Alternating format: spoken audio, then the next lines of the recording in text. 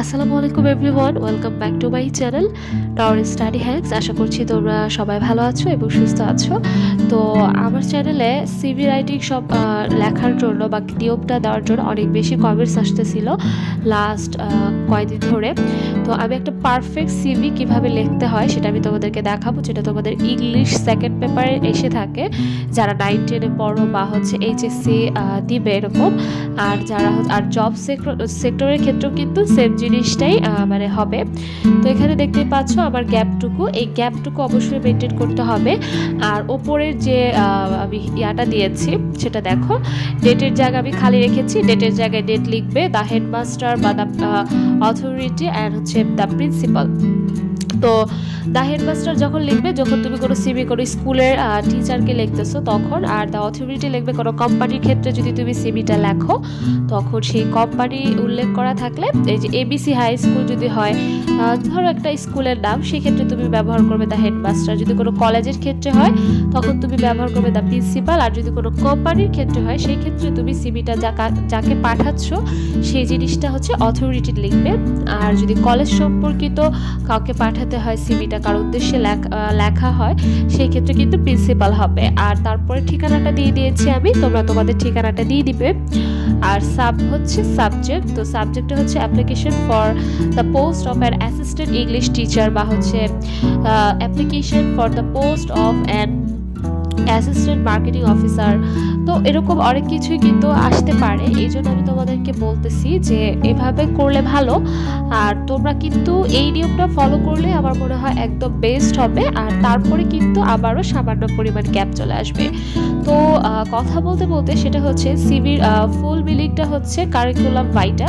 তো এটা তোমরা পাবে, সব জায়গাতেই দেখতে পাবে, কিন্তু আমি তোমাদেরকে বলে দিলাম কারণ যেহেতু তোমরা আমাকে রিকোয়েস্ট করেছিলে এই সিভি রাইটিং নিয়ে একটা ভিডিও দেওয়ার জন্য।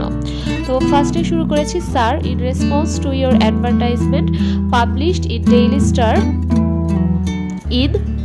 ডেইলি স্টার ডেটেড, তো আমরা ডেট যেটা থাকবে সেটা দিবে, that an assistant English teacher is going to be posted in your reputed school.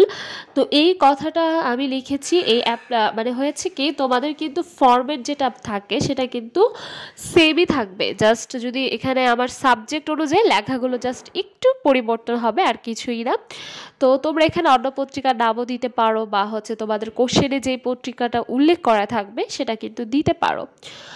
আর এখানে দেখতে পাচ্ছ তারপরে লিখেছি, I by self submitted by educational qualification and other necessary information of your kind consideration. মানে এখানে তুমি এই কথাটা লিখলে আমার মনে হয় সবচেয়ে বেশি ভালো হবে। তো এই কথাটার সাথে কিন্তু কোনো মানে যে সাবজেক্টের মিল থাকতে হবে ব্যাপারটা একদমই এরকম না, শুধু উপরের কথাটার সাথে একটু সাবজেক্টের সাথে এলোমেলো হবে। এই মানে জাস্ট যদি ধরো ওখানে থাকতো যে অ্যান অফিসার, মার্কেটিং অফিসারের জন্য যদি মানে সিভিটা তোমাকে লিখতে হতো, সেক্ষেত্রে কিন্তু ওই অ্যাসিস্ট্যান্ট ইংলিশ টিচারের জায়গায় মার্কেটিং অফিসারটা লিখতে। আর এই লেখার পরে আবারও গ্যাপ হবে, তোমরা দেখতেই পাচ্ছ 1 আঙ্গুল পরিমাণ গ্যাপ দিয়ে কিন্তু আমি এই জিনিসটা রেখেছি। এই জিনিসগুলো মেনটেন না করলে আসলে তোমাদেরকে টিচাররা নাম্বার দিবে না। তো এটা কিন্তু ফুল অ্যাপ্লিকেশনেরই মতোই মানে একটা নিয়ম, এটা অ্যাপ্লিকেশনের নিয়মটা। তো এমনভাবেই তোমাকে লিখতে হবে যাতে খাতাটা খুললেই 2 পেজের মধ্যেই কিন্তু সিভিটা হয়ে যায়। আমি আবারও বলছি, 2 পৃষ্ঠার বেশি কিন্তু সিভি লেখা যাবে না। তো I hope that you will give me an opportunity to prove my self my competence for the post. তো ইয়োর ফেথফুলি সাদিয়া আফরিন। তো তোমরা এখানে তোমাদের নাম লিখে দিবে। আশা করছি এই পৃষ্ঠাতে তোমাদের আর কোনো সমস্যা নেই। যদি সমস্যা থেকে থাকে অবশ্যই কমেন্ট বক্সে কমেন্ট করে জানাতে পারো। আমি আবারও দেখিয়ে দিচ্ছি ফরম্যাটটা কীরকম হবে। এখানে থাকবে এই যে ফার্স্টটুকু, তারপরে স্যার লিখে তোমার অ্যাপ্লিকেশনের নিয়মেই কিন্তু এটা হবে। যারা ক্লাস 9-10-এ আছো তারা কিন্তু অনেক ভালো করে দেখে নাও, কারণ তোমাদের কিন্তু ইংলিশ সেকেন্ড পেপারে এটা আসবে। আর এইচএসসিতে যারা আছো তাদের জন্য অনেক গুরুত্বপূর্ণ। আর যারা আসলে সিভিটা কিন্তু সব ক্ষেত্রে আমাদের কাজে লাগে। জবের ক্ষেত্রে আমরা কোনো জায়গায় যদি কোনো চাকরি বা ছোটোখাটো জব বা বড় জব, সব ক্ষেত্রেই কিন্তু সিভিটা অনেক অনেক বেশি গুরুত্বপূর্ণ। এখানে তোমার নিজের পরিচয়কে তুমি তুলে ধরছো, টু বি কি।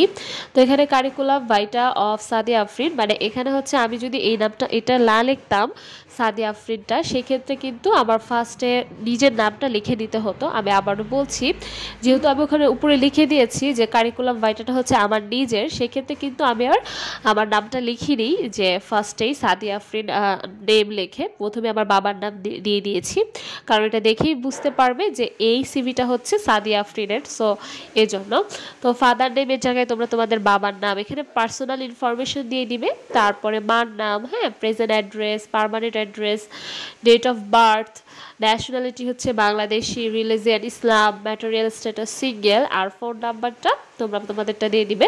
তারপরে হচ্ছে এডুকেশনাল কোয়ালিফিকেশন, তো এডুকেশনাল কোয়ালিফিকেশনটা হচ্ছে তোমরা কোন সালে SSC HSC। এটা আরেকটা কথা বলে নিই, এখানে অনেকে একটা জিনিস ভুল করো, সেটা হচ্ছে ডেট অফ বার্থ সাথে মিল রেখে কিন্তু তোমরা তোমাদের সালগুলো বসাতে পারো না। যেমন আমি এখানে দিয়েছি 1999 সালে আমার জন্ম, সেহেতু আমার SSC হবে কত সালে, 2015 সালে। আর SSC যদি আমার 2015 সালে হয় তাহলে HSC অবশ্যই তার 2 বছর পরে হবে, আর আমার হচ্ছে BSc হবে হচ্ছে তার 4 বছরের মাথায়, আর MSCটাও কিন্তু হয়ে যাবে। যেহেতু সায়েন্স ব্যাকগ্রাউন্ডের স্টুডেন্ট, তো সেই ক্ষেত্রে আমি এভাবেই লিখেছি। তোমরা যারা কমার্সে আছো তাদের ক্ষেত্রে তো আর BSc হবে না, BBA বা MBA এরকম, আর বোর্ড বা ইউনিভার্সিটি, আর GPA দিয়েছি 5.00 দুইটাতেই। কিন্তু তোমরা এখন বলবে আপু GPA বা হচ্ছে CGPA কেন 3.00, কারণ যখন অনার্স লেভেলে আমরা উঠে যাই তখন কিন্তু আর 5.00কে কাউন্ট করে না, তখন হচ্ছে 4কে হায়েস্ট GPA ধরা হয়। তো এই জন্য এটা দিয়েছি। আশা করছি তোমাদের কাছে আমার কথাটা একদমই ক্লিয়ার। আর হ্যান্ডরাইটিং একটু ছোট ছোট করে লিখেছি, তোমরা কাইন্ডলি মানে বুঝে নেওয়ার চেষ্টা করবে। তারপরের ধাপ যেটা, সেটা কিন্তু আমি বলতেছি এক্সপিরিয়েন্স। তো এক্সপিরিয়েন্স হচ্ছে I have been working as an English teacher in ABC high school or X high school.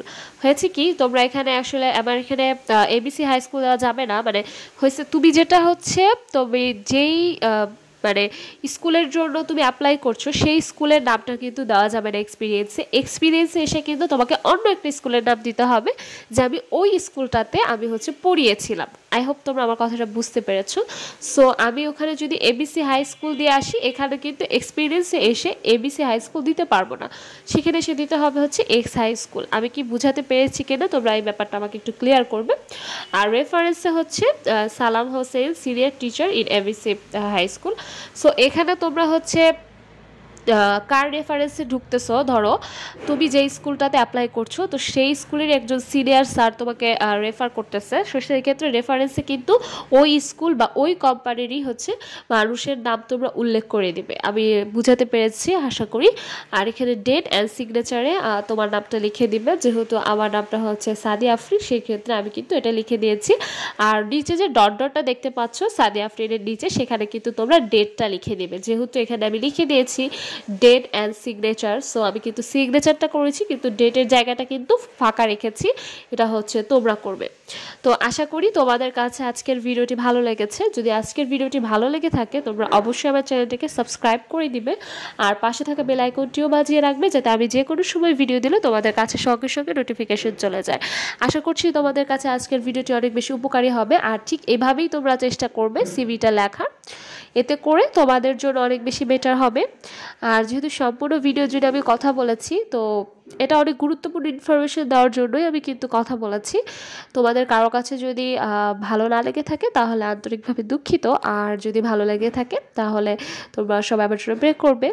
তো আজকের ভিডিও এই পর্যন্তই। সবাই ভালো থাকবে এবং সুস্থ থাকবে। আল্লাহ হাফেজ, আসসালামু আলাইকুম।